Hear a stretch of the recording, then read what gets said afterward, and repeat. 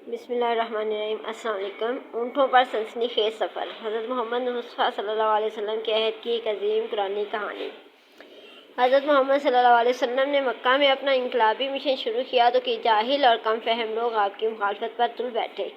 مکہ کے طاقتور کافر قریشی سردار آپ کے جانی دشمن ہو گیا۔ جوں آپ کی مقبولیت بڑھتی جاتی تو کافر آپ کو زیادہ شدید اذیتیں دیتے چلے جاتے، مگر آپ اپنے نیک عزائم اور اصلاحی مشن پر چٹان کی طرح ڈٹے رہے۔ آخرکار جب کافروں کے تمام حربے ناکام ہو گئے تو انہوں نے اپنے نامور سردار ابو جہل کی قیادت میں ایک بہت اہم اجلاس بلا لیا، جس میں حضور صلی اللہ علیہ وسلم کے فوری قتل کی سازش تیار ہوئی۔ قتل کے فیصلے کے فوراً بعد کافروں نے اپنے مسلح بدماشوں کا ایک دستہ حضور صلی اللہ علیہ وسلم کے مکان کے باہر پہرے پر بٹھا دیا تاکہ آپ وہاں سے کہیں جا نہ سکیں۔ منصوبہ یہ تھا کہ حضور صلی اللہ علیہ وسلم کو سوتے میں قتل کر دیا جائے۔ ادھر حضور صلی اللہ علیہ وسلم کو اللہ تعالیٰ نے کافروں کی تمام سازشوں سے آگاہ کر دیا۔ آپ نے اس رات حضرت علی رضی اللہ تعالیٰ عنہ سے کہا کہ وہ آپ صلی اللہ علیہ وسلم کے بستر پر سو جائے۔ حضرت علی وہی چادر اوڑھ کر سو گئے جو حضور سوتے وقت لیا کرتے تھے۔ اس کے بعد آپ مکان کی پچھلی طرف سے رازداری سے نکل گئے۔ پہرے پر متعین بدماش کبھی کبھی کھڑکی سے اندر جھانک لیتے اور بستر پر سوئے ہوئے علی رضی اللہ تعالیٰ عنہ کو حضور صلی اللہ علیہ وسلم سمجھ کر اطمینان سے پہرا دیتے رہے۔ تاریخ غار میں حضور پاک صلی اللہ علیہ وسلم کی 3 راتیں۔ اپنے مکان سے نکل کر حضور صلی اللہ علیہ وسلم سیدھے اپنے قریبی دوست حضرت ابوبکر رضی اللہ عنہ کے گھر پہنچے۔ دونوں دوست مکہ سے مدینہ نکلنے کی تیاری کرنے لگے۔ اس سے پہلے کافی مسلمان مدینہ ہجرت کر چکے تھے اور وہاں اطمینان سے زندگی بسر کر رہے تھے۔ حضرت ابوبکر نے سفر کے لیے پہلے سے 2 اونٹ خرید رکھے تھے، مگر روانگی کو راس میں رکھا گیا تھا اور حضرت ابوبکر اور حضرت علی کے سوا کسی صوبے کے مطابق حضور صلی اللہ علیہ وسلم اور حضرت ابوبکر رضی اللہ تعالیٰ عنہ نے مکہ شہر سے نکل کر پہلے کچھ عرصہ غار ثور میں قیام کرنا تھا۔ یہ مشہور غار مکہ سے 3 میل کے فاصلے پر کوہ سور کے دامن میں واقع ہے۔ حضور صلی اللہ علیہ وسلم کے پاؤں میں جوتے نہ تھے۔ جب وہ کوہ سور پہنچے تو پہاڑ کے دامن میں بکھرے ہوئے پتھروں سے آپ کے جلوے زخمی ہو گئے۔ اس پر ابوبکر رضی اللہ تعالیٰ عنہ نے آپ کو کندھے پر اٹھا لیا اور غار سور کے منہ تک لے آئے۔ غار میں داخل ہونے سے پہلے حضرت ابوبکر رضی اللہ تعالیٰ عنہ نے تسلی کر لی کہ اندر کوئی خونخوار جنگلی جانور یا زہریلے سانپ وغیرہ نہ ہوں۔ دونوں دوست اس تاریک غار میں مسلسل 3 راتیں ٹھہرے رہے۔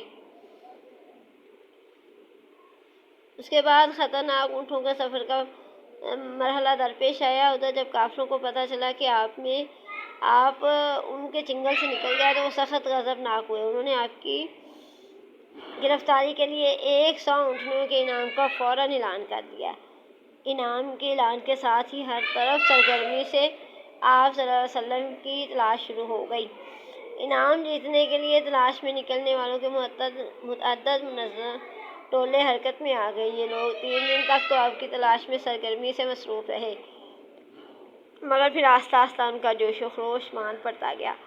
اس سلسلے میں موقع غنیمت پا کر حضرت ابوبکر نے اپنے 2 اونٹ غار میں منگوا لیے۔ ایک اونٹ پر حضور صلی اللہ علیہ وسلم سوار ہوئے اور دوسرے پر ابوبکر۔ حضرت ابوبکر کے ساتھ ان کے خادم عامر بھی سوار ہو گئے۔ دشمنوں کو مغالطے میں رکھنے کے لیے مدینہ جانے والے عام راستوں کی بجائے ہٹ کر ایک قدرے طویل، غیر معروف اور پرخطر ساحلی راستہ اختیار کیا گیا۔ ایک تجربہ کار رہنما کی خدمات بھی حاصل کر لی گئی تھی۔ یہ تاریخی سفر 16 ستمبر سن 621 عیسوی کو بڑی رازداری سے شروع ہوا۔ مقدس تیر اور گھوڑے کی مسلسل ٹھوکریں۔ 100 اونٹنیوں کا قیمتی انعام حاصل کرنے کے لیے کئی منزلیں کافر قسمت آزمائی کے لیے میدان میں کود پڑے تھے۔ ایک ایسا ہی جانلا نوجوان سراقہ بھی تھا۔ جب اسے اختیاری انعام کا پتہ چلا تو اس کے منہ میں پانی بھر آیا۔ اس نے فوراً زرہ بختر پہن لی، تلوار پہلو سے لٹکا لی، مقدس تیر ساتھ رکھ لیا اور اپنے اصیل گھوڑے پر سوار ہو کر حضور کی تلاش میں روانہ ہوا۔ تھوڑی دیر بعد اس کا گھوڑا ہوا سے باتیں کرنے لگا۔ اس زمانے کے وہم پرست کافروں میں روایت تھا کہ کسی اہم مہم پر روانہ ہونے سے پہلے مخصوص مقدس تیروں کے ذریعے فال نکال لیا کرتے تھے۔ چنانچہ سراقہ نے بھی مقدس تیروں سے فال نکال لی۔ قرآن میں جو تیر نکلا اس پر لکھا تھا، اسے نقصان مت پہنچاؤ۔ اس کے ساتھ ہی اس کے سر پر دوڑتے ہوئے گھوڑے نے ٹھوکر کھائی اور سراقہ زمین پر اس بے وقت حادثے کو ملموس گردانتے ہوئے اس نے دوبارہ فال نکالی تو پھر وہی تیر کہ اسے نقصان مت پہنچاؤ۔ عربوں کے پرانے رسم و رواج کے مطابق سراقہ کو اب تلاش ترک کر دینی چاہیے تھی، مگر قیمتی انعام کے لالچ نے اسے دیوانہ کر دیا تھا۔ وہ اچھل کر پھر گھوڑے پر جا بیٹھا۔ گھوڑا سرپٹ دوڑنے لگا، مگر راستے پر گھوڑا بار بار ٹھوکریں کھاتا رہا اور سراقہ بار بار زمین پر گرتا رہا۔ گھوڑے کی ہر ٹھوکر پر سراقہ برابر فال نکالتا رہا، مگر ہر بار وہی ایک مقدس تیر نکلتا رہا۔ معاملہ بہت واضح ہو چکا تھا، مگر سراقہ باز نہ آیا۔ انعام کا لالچ اس کے رگ و پیر پر بری طرح مسلط ہو چکا تھا۔ وہ گھوڑا سرپٹ دوڑائے بڑھتا ہی چلا گیا۔ اندیکھی طاقت کی دہشت۔ کافی فاصلہ یوں طے کرنے کے بعد آخر کار اسے دور سے حضور صلی اللہ علیہ وسلم اور ان کے ساتھی اونٹوں پر سوار نظر آ ہی گیا۔ سراقہ مسرت اور حیرت سے جھوم اٹھا۔ اسے سارا کھیل بخیر و خوبی ختم ہوتا دکھائی دینے لگا، مگر عین اسی وقت اس کے گھوڑے نے پھر ٹھوکر کھائی۔ یہ ٹھوکر پہلی ٹھوکروں سے کہیں زیادہ شدید تھی۔ گھوڑے کے دونوں اگلی ٹانگیں ریت کی گہری تہہ میں تیر کی طرح پھنس گئی اور ساتھ ہی زمین سے گرد و غبار کی ایک موٹی سی دیوار اوپر کی طرف اٹھنے لگی۔ سراقہ کے پاؤں تلے سے زمین نکل گئی۔ وہ عجیب مخمصے میں پڑ گیا۔ کپڑوں سے گرد جھاڑتے ہوئے اس نے ان تمام معنی خیز واقعات پر قدرے سنجیدگی سے سوچنا شروع کیا۔ معاملے پر غور و فکر سے اسے مکمل یقین ہو گیا کہ کوئی اندیکھی طاقت بھاگتے ہوئے اونٹ سواروں کی حفاظت کر رہی ہے۔ اس نے سلامتی اسی میں سمجھی کہ پرخطر تعاقب کو فوراً ترک کر دیا جائے۔ وہ اٹھا، گھوڑے پر سوار ہوا اور اونٹ سواروں سے تھوڑی بہت باتیں کی اور پھر گھر کی جانب پلٹا کھا گیا۔